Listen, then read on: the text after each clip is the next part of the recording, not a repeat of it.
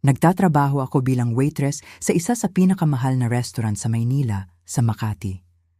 Karaniwang mga sikat na artista, CEO, at mga taong mas malaki pa ang ginagastos nila sa isang hapunan kaysa sahod ko sa isang linggo. Ngumingiti ako. Profesional ako. Hindi ako humihingi ng autograph o nag-iingay. 3 buwan na ang nakalipas, naka-double shift ako nang pumasok si Adrian Keller. Kung hindi mo kilala ang pangalan, mayaman siya ng bilyones. Tech billionaire, self-made, laging nasa listahan ng Forbes. Humiling siya ng private table, mag-isa, na hindi karaniwan sa isang taong sobrang sikat.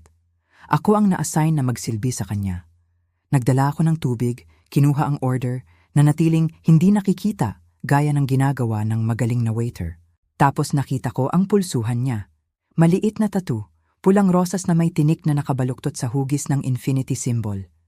Tumigil ang tibok ng puso ko. Ang nanay ko, ganito rin eksakto ang tattoo.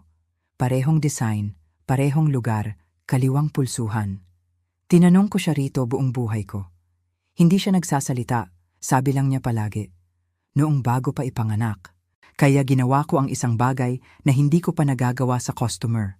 Nagtanong ako ng personal. Pasensya na po, sir. May tattoo po ang nanay ko na eksakto hong katulad niyan. Ano po ang ibig sabihin niyan? Natigilan ng tuluyan si Adrian Keller. Tapos tinanong niya ang pangalan ng nanay ko. Nang sabihin ko, nabitawan niya ang baso ng red wine. Nabasag ito at tumingin siya sa akin na parang binuhay ko ang isang patay. Bago tayo magpatuloy, may natuklasan ka na ba tungkol sa nakaraan ng magulang mo na nagbago ng pananaw mo sa kanila? I-share mo sa comment section sa baba.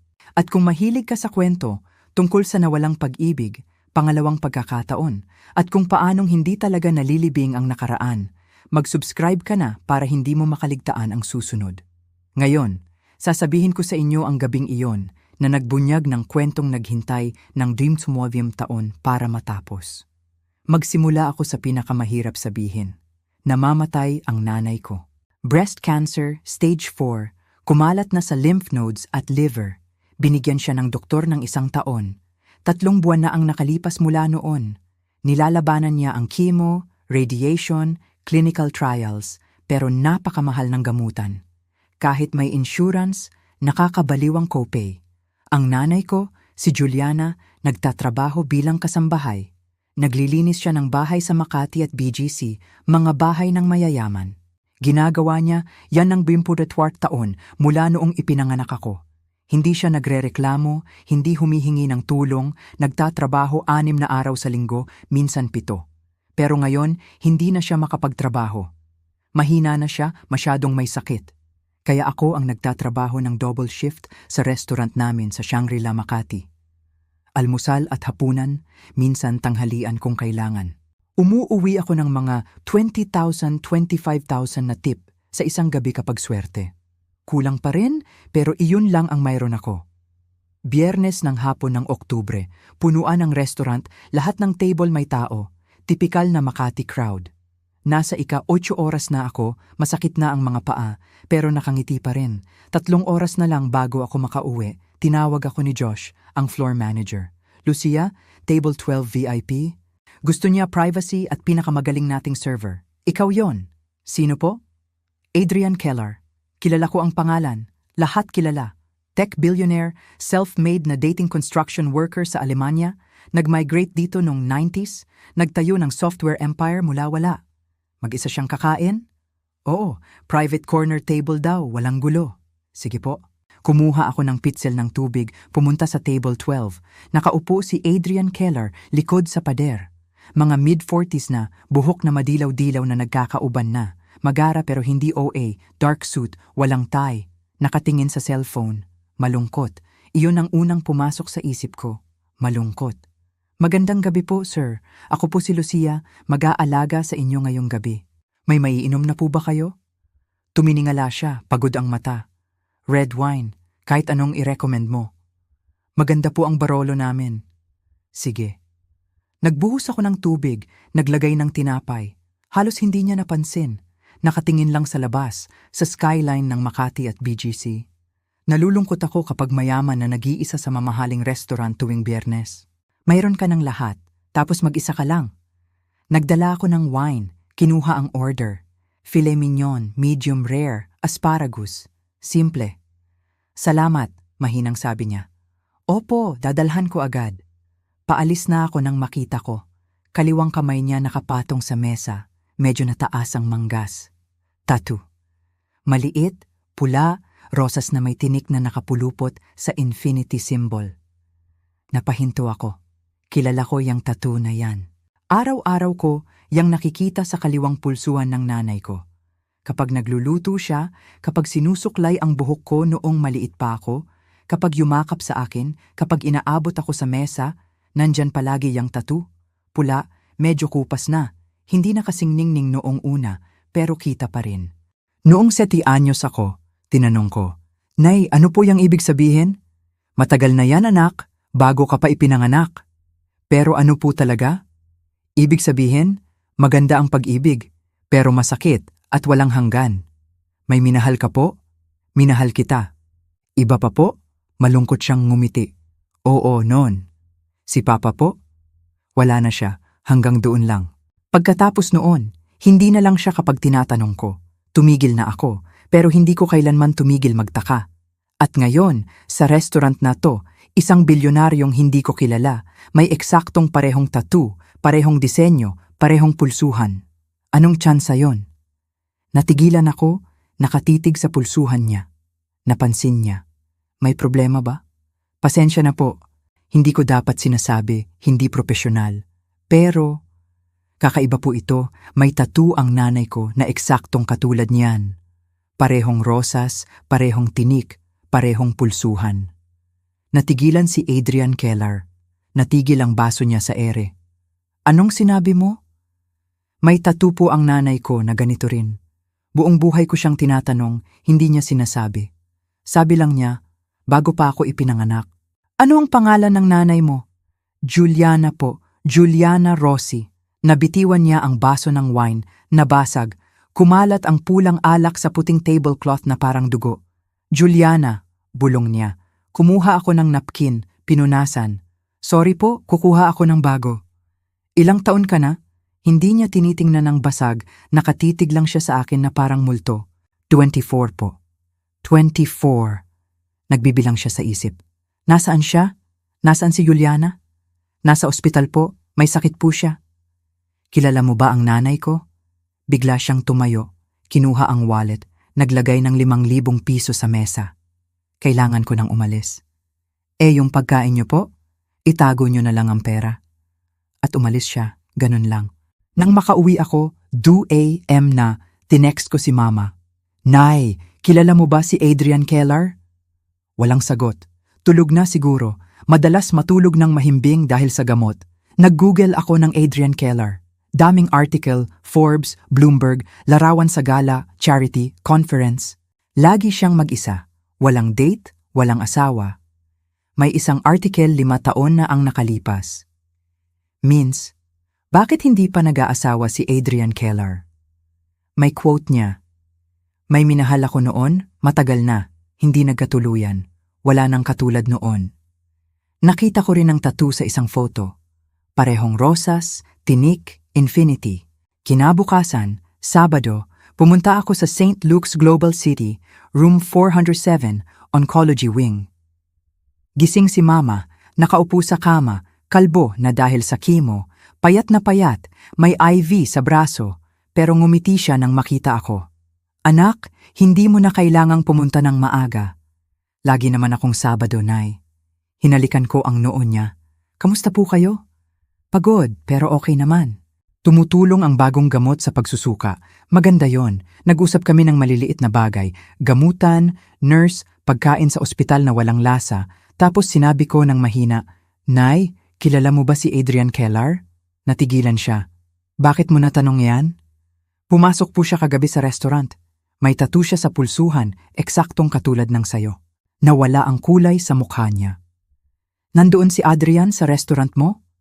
Kilala mo nga po. Lucia, nasaan siya ngayon? Umalis po. Tinanong niya pangalan mo. Nang sabihin ko, Juliana Rossi, umalis siya. Nay, sino po siya? Umiiyak na siya. Natagpuan niya ako. Pagkatapos ng 25 taon, natagpuan niya ako. Nay, anong ibig sabihin niyo? Kilala ko siya bilang Adrian noon pa. Minahal namin ang isa't isa 25 taon na ang nakalipas bago ka ipinanganak. Anong nangyari? Kailangan kong umuwi sa Sicily. Namatay ang lola ko. Nangako akong babalik ako sa loob ng 6 na buwan.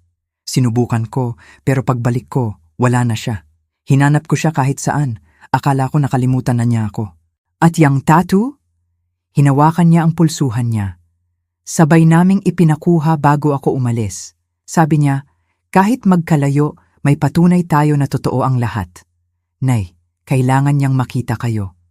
Lucia, please, wala na akong masyadong oras. Tinawagan ko ang restaurant. Tinanong si Josh kung may iniwan bang contact si Adrian Keller.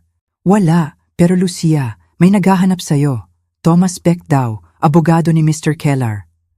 Nasa ospital ako, pwede ba siyang pumunta rito? Pagkalipas ng 30 minuto, dumating si Thomas Beck. Mga 50 anyos, gray suit, mabait ang mukha. Sa cafeteria kami nag-usap. Miss Rosie, kinatawan ko si Mr. Adrian Keller. Gusto niyang malaman ang tungkol sa nanay mo. Okay naman po siya? 25 taon siyang malungkot. Kagabi lang ulit siya umasa. Kinuha niya ang tablet. Pwede mo bang ikwento lahat tungkol sa nanay mo? Buong pangalan, sakit, lahat. Sinabi ko, Juliana Rossi, 48 taon, stage 4 breast cancer, St. Luke's Global, room 407, prognosis less than a year. At kilala niya raw si Adrian? Oo po, 25 years ago, nagmamahalan daw sila. Umuwi siya sa Italy, pagbalik wala na si Adrian. Akala niya nakalimutan na siya. Hindi niya nakalimutan. 5 taon siyang naghanap. Akala niya na natili si Mama sa Italy. Pareho silang naghanap, hindi lang nagkita. Gusto kanyang makita ni Adrian, kung payag ka. Gusto rin niya po, ngayon na kung pwede. Naintindihan ko, dadalhin ko siya ngayong hapon. Pagkalipas ng 3 oras, may katok sa pinto ng 407. Binuksan ko. Si Adrian Keller, parehong dark suit, pero mukhang mas matanda, pagod, kinakabahan. Gising ba siya? Opo, alam niyang darating kayo. Pero Adrian, ibang-iba na po ang hitsura niya dahil sa chemo. Wala akong pakialam. Gusto ko lang siyang makita. Pinasok ko siya. Nakaupo si Mama, kalbo, payat, may ivy. Pero nang makita siya kay Adrian, nagliwanag ang mukha niya. Parang nawala ang 25 taon. Adrian. Juliana. Lumapit siya. Umupo sa tabi ng kama. Hinawakan ng kamay niya. Hinaplos ang tattoo. Tiningnan lang nila ang isa't isa. Walang salita. Umiiyak lang. Umupo ako sa hallway sa labas ng Part 107 ng 2 oras. Naririnig ko ang mahinang iyak, katahimikan, minsan tawa sa gitna ng luha. Pagkalipas ng 2 oras at 7 minuto, lumabas si Adrian. Maputla, namumula ang mata. Okay lang po si Mama? Okay siya. Natigilan siya, tinitingnan ako na parang ngayon lang niya ako nakita talaga. Lucia, kailangan kitang kausapin. Pwedeng sa ibang lugar? Sa cafeteria po. Tahimik kaming naglakad, tahimik na nakakakaba. May nangyari sa loob na malaki. Umorder kami ng kape, hindi naman ininom. Sa sulok kami umupo. Hindi siya tumitigil maningin sa akin. Nanginginig ang kamay niya. Natatakot ako, sabi ko. Anong sinabi ni Mama? Lucia, kailan ang birthday mo? March 15 po. Anong taon? 2000. Lucia, may sinabi sa akin ng nanay mo na 24 taon niyang itinago. Napitik ang tiyan ko. Ano po? Nang umuwi siya sa Italy noong 1999, hindi pa niya alam na buntis siya. Nalaman niya pagkatapos ng 1 buwan. Buntis siya sa'yo. Parang nawala ang mundo. Pagbalik niya sa Maynila noong Enero 2000, 7 months na siya. Pumunta siya sa dating apartment ko. Wala na ako. Lumipat ako noong Disyembre. Hinanap niya ako ng 2 linggo. Hindi niya ako natagpuan. Naputol ang boses niya. March 15, 2000, ipinanganak ka rito sa ospital na mag-isa siya. Ibig sabihin niyo, Lucia, anak kita. Nawala ang cafeteria, ang ingay, lahat. Anak kita lang ang umiikot sa ulo ko. Umiling ako. Hindi, sabi ni Mama mula raw sa Italy ang tatay ko. Dahil hindi niya ako natagpuan. Akala niya nakalimutan ko siya. Pero nandito lang ako sa Maynila, nang duwuftay kapro taon, hinahanap siya. Hindi ko lang niya alam na may anak na ako. Hindi niyo alam na may anak kayo? Kung nalaman ko, kung natagpuan ko siya, nung bumalik siya, iba sana lahat. Bigla akong tumayo. Kailangan kong kausapin si Mama. Pumasok ako sa 407. Nakaabang siya, alam niyang alam ko na. Sinabi niya sa'yo, mahinang sabi niya. Oo. Galit ka ba? Nag-isip ako. Hindi ko alam. Nasasaktan, nalilito, sobra. Lucia, ikwento ko lahat mula simula. At ikinuwento niya, paano niya nakilala si Adrian noong 1999? Paano sila nagkaanak? Paano siya umuwi sa Sicily dahil sa stroke ng lola ko? Paano niya nalaman na buntis siya? Paano niya sinubukang tawagan at sulatan? Pero hindi makaabot. Paano siya bumalik na 7 buwan na? Ang tiyan, paano niya ako hinintay mag-isa? Bakit hindi niyo sinabi sa kanya? Mahal ang long distance noon. Sinubukan ko. Akala ko babalik ako agad. Pero pagbalik ko, wala na siya. Matagal akong tahimik. Hindi ako galit, Nay. Nalulungkot lang ako para sa ating lahat. Ang dami nating taon na nawala. Hindi ka galit? Paano kita magagalit? 23 anyos ka, mag-isa, buntis, takot. Ginawa mo ang lahat ng kaya mo. Binigay mo sa akin ang magandang buhay sa kabila ng lahat. Pero dapat may tatay ka. At dapat alam niya na may anak siya. Pero hindi niyo alam. Pareho kayong naghanap, hindi lang kayo nagkita. Masamang timing lang. Paglabas ko, nandoon si Adrian sa hagdanan. Pwede bang sumama? Opo? Tahimik kami saglit. Alam mo na lahat? Oo, at naiintindihan ko na. Walang kasalanan. Masamang oras lang. Pero 24 anyos na ako at ngayon ko lang nalaman na mali ang kwento ng buhay ko. Alam ko, katahimikan. Bakit ka lumipat noong Disyembre 1999? May job offer sa startup sa Ortigas. Mas malaki ang sweldo. Akala ko makakaipon ako para puntahan si Juliana sa Italy o iuwi siya. Nagpalit ako ng cellphone, landline lang kasi noon sa apartment.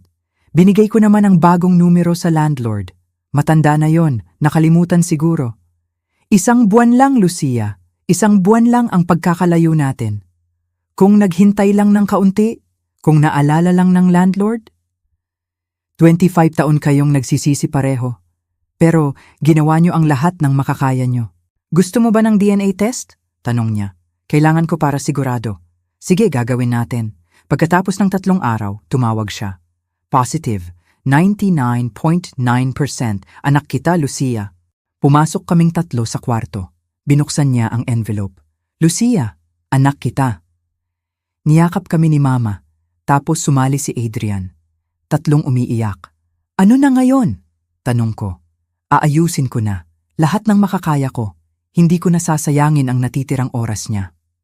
Sa loob ng 1 linggo, nailipat si Mama sa St. Luke's Global Private Wing.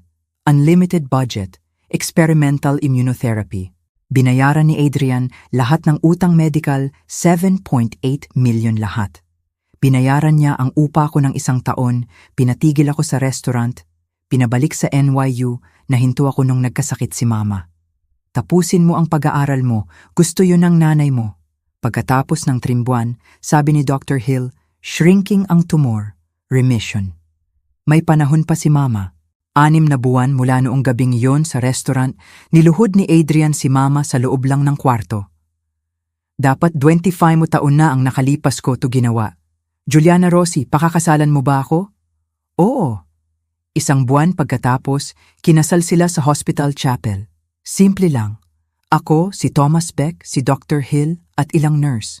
2 taon na ang nakalipas. Buhay pa si Mama. Stable ang cancer. 1 beses 1 buwan lang sa Sloan. May branch sila sa BGC ngayon. Nakabili sila ng bahay sa Tagaytay, malapit sa Lawa, doon na sila nakatira. Nagtatrabaho ako sa isang publishing house sa Ortigas. Noong 1 linggo, kumain kami sa Tagaytay. Sa veranda, pinapanood ang sunset, umiinom ng wine. Magka-holding hands sila. Kita ang tattoo sa kaliwang kamay nila pareho. Kupas na, 27 taon na, pero nandyan pa rin. May pagsisisi ba kayo sa tattoo? Tanong ko. Wala, sabi ni Adrian. Iyon lang ang nagpatibay sa akin na totoo siya, hindi pa naginip lang. Ako rin, sabi ni Mama. Inisip ko nang tanggalin pero hindi ko kaya. Iyon lang ang natira sa kanya. Ngayon, sabi ni Adrian, paalala na lang na hindi namamatay ang pag-ibig. Kahit 25 taon ang lumipas, naghihintay lang siya. Ang pag-ibig ay maganda, masakit at walang hanggan, sabi ni Mama sa Italiano na may halong Tagalog. Maganda, masakit at forever. Tumango si Adrian. Hindi sila nakatanggap ng fairy tale ending. May cancer pa rin si Mama. Darating ang araw na kukunin siya nito, pero hindi ngayon. Ngayon, magkahawak kamay sila, parehong nakikita ang kupas na rosas sa kanilang pulsuhan. Ngayon, may forever sila kahit gaano pa katagal ang forever. Ikaw ba, may natuklasan ka bang lihim sa nakaraan ng magulang mo na nagbago ng lahat? O nasaksihan mo bang pag-ibig na nagpatunay na hindi kaya ng panahon at distansya patayin ang totoo? I-share mo sa comments.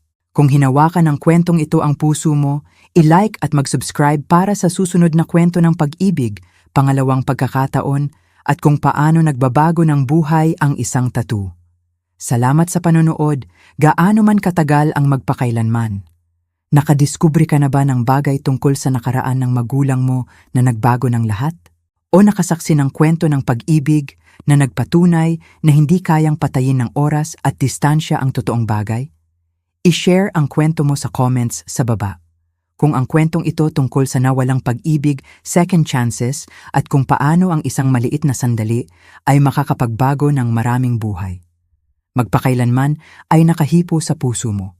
Pindutin ang like button at mag-subscribe para sa mas makabuluhang kwento araw-araw. Huwag kalimutang i-click ang notification bell para hindi mo makaligtaan ang susunod na nakaka-inspire na kwento. Salamat sa panonood.